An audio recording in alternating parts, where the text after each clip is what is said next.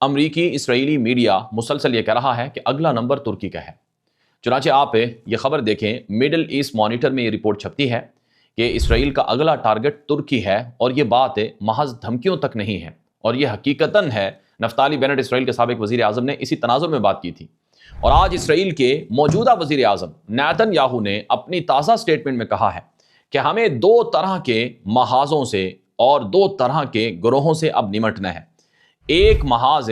شیعہ Axis ہے، یعنی جس میں شیعہ گروہ ہیں، چاہے وہ ایران ہے، لبنان میں حزب اللہ ہے، عراق میں حشد الشعبی ہے، یا یمن میں انصار اللہ حوثی ہے۔ ایک تو اس شیعہ گروہ کے خلاف ہمیں نمٹنا ہے، اور دوسرا محاذ سنی اتحاد ہے، جس کی قیادت ترکی اور سعودی عرب کر رہے ہیں، اور وہ اپنے ساتھ قطر کو، مصر کو، پاکستان کو، باقی دیشوں کو ملا کر وہ اسرائیل کو چیلنج کر رہے ہیں۔ یعنی اب ہمارے دو طرح کے جو اتحاد ہیں وہ ہمارے لیے خطرہ ہیں۔ ہم ان دونوں اتحادوں سے نمٹنے کے لیے، ان دونوں محاذوں سے نمٹنے کے لیے ایک نیا محاذ بنا رہے ہیں، جس میں ہمارے ساتھ امریکہ ہے، یورپ ہے، قبرص ہے، یونان ہے،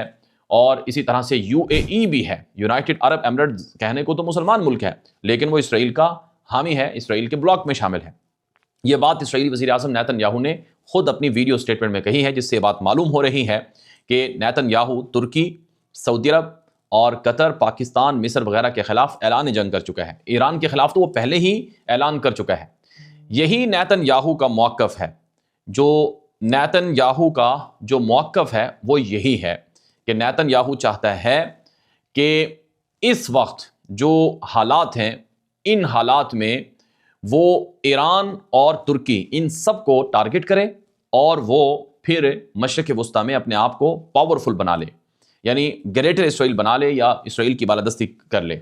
یہی وجہ ہے کہ سعودی عرب نے ایران کے ساتھ قربتیں اختیار کی، ترکی کی ایران کے ساتھ ہمدردیاں سامنے آئیں، مصر، قطر جیسے ملک ایران کو بچانے کے لیے میدان میں اترے، اور کئی ممالک پاکستان سمیت وہ ایران کی ہیلپ کر رہے ہیں۔ سب کو پتہ ہے، سعودی عرب کو پتہ ہے، ترکی کو پتہ ہے، قطر کو پتہ ہے کہ اگر آج ایران نشانہ بن گیا، ایران کا نظام بدلا گیا، تو اسرائیل اور زیادہ وہ غرور کرے گا، تکبر کرے گا، اور پھر ایک کے بعد ایک کا نمبر آئے گا۔ اس لیے اسرائیل کی جو اجارہ داری ہے، اس کو توڑنے کے لیے ترکی اور سعودی عرب اور قطر وغیرہ نے پورا زور لگا رکھا ہے امریکہ سے کہ تم ایران پر حملہ نہ کرو۔ اگر تم نے ایران پر حملہ کیا تو نتائج بڑے سنگین ہو سکتے ہیں۔ چنانچہ خبر میرے سامنے موجود ہے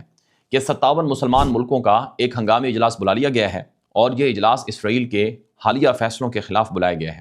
اسرائیل کا وزیر خزانہ سموترچ ہے، جس نے فلسطین کے ویسٹ بینک علاقوں میں اسرائیل کے قبضے کا نیا منصوبہ پیش کیا، جس کے مطابق جو فلسطین کے ویسٹ بینک علاقے ہیں وہاں پر مزید اسرائیلی آباد کاری ہوگی۔ فلسطینیوں کو کہا گیا ہے کہ تم اپنی زمینوں کے ریکارڈ اور دستاویزات پیش کرو، اور اسرائیل کے پاس اپنی زمینیں، پراپرٹیز رجسٹر کرواؤ، اپنے گھروں کی رجسٹریشن کرواؤ۔ اب برسوں سے، صدیوں سے رہنے والے فلسطینی ہیں، جن کے آباء و اجداد ان زمینوں پر رہتے تھے، اور ان کے پاس وہ ریکارڈ نہیں ہے۔ پہلے زمانے میں تو ریکارڈ اس طرح سے محفوظ آسانی سے نہیں رکھا جا سکتا تھا کہ آج 200 سال پرانا ریکارڈ بھی کسی کے پاس محفوظ ہو۔ تو اسرائیل نے کہا ہے کہ جو ریکارڈ پیش نہیں کر سکے گا، ہم ان کی زمینوں پر قبضہ کریں گے، وہاں یہودی آباد کاری کریں گے۔ اور پھر غزہ کے حوالے سے اور فلسطین کے ویسٹ بینک کے سٹیٹس کے حوالے سے بھی اسرائیل کی مزید چال بازیاں سامنے آ رہی ہیں، جس کے خلاف یہ OIC کے 57 مسلم کنٹریز کا اجلاس بلایا گیا ہے۔ پھر اسرائیل کے اندر موجود امریکی سفیر مائک ہکابی، اس نے ٹکر کارلسن امریکی صحافی کو انٹرویو میں کہا تھا کہ بائبل نے اسرائیل کو حق دیا ہے کہ اسرائیل پورے مشرق وسطیٰ، مڈل ایسٹ پر حکومت کرے اور قبضہ کر لے، جس میں سعودی عرب، ترکی، قطر، مصر، ایران، سبھی ممالک کا نام گویا شامل ہے کہ اسرائیل ان پر اجارہ داری یہ قبضہ کر سکتا ہے۔ اس پر سعودی عرب کو بہت غصہ آیا۔ سعودی عرب نے تمام ریجنل کنٹریز کو ملا کر ایک شدید اسٹرانگ جو مذمت ہے وہ جاری کی، اور کہا ایسا ہونے نہیں دیا جائے گا۔ اور اس وقت سعودی عرب کے میڈیا پر، سوشل میڈیا پر، یہاں تک کہ مکہ مکرمہ میں، مدینہ منورہ میں جو انتہائی مسلمانوں کے مقدس مقامات ہیں، وہاں سے اعلان ہو رہا ہے کہ ہم فلسطین کے مسلمانوں کو تنہا نہیں چھوڑیں گے، اور فلسطین کی ریاست کے قیام کے لیے ہم پورا زور لگائیں گے۔ اور پھر ترکی نے ایسے جہاز بنا لیے ہیں، ایسے ڈرونز بنا لیے ہیں، جیسا کہ میں نے اپنے پچھلے ویلاگز میں آپ کو بتایا تھا کہ اکنجی ڈرون سے ایئر ٹو ایئر فائر کیے جانے والا ایرین نامی میزائل ترکی نے بنایا، اور جو کعان نامی جنگی اسٹیلتھ فائٹر جیٹ ہے وہ بنایا، اور اس کے ذریعے سے اسرائیل کو پیغام دیا کہ تم ہمارے مقابلے میں آنے سے باز رہو۔ اب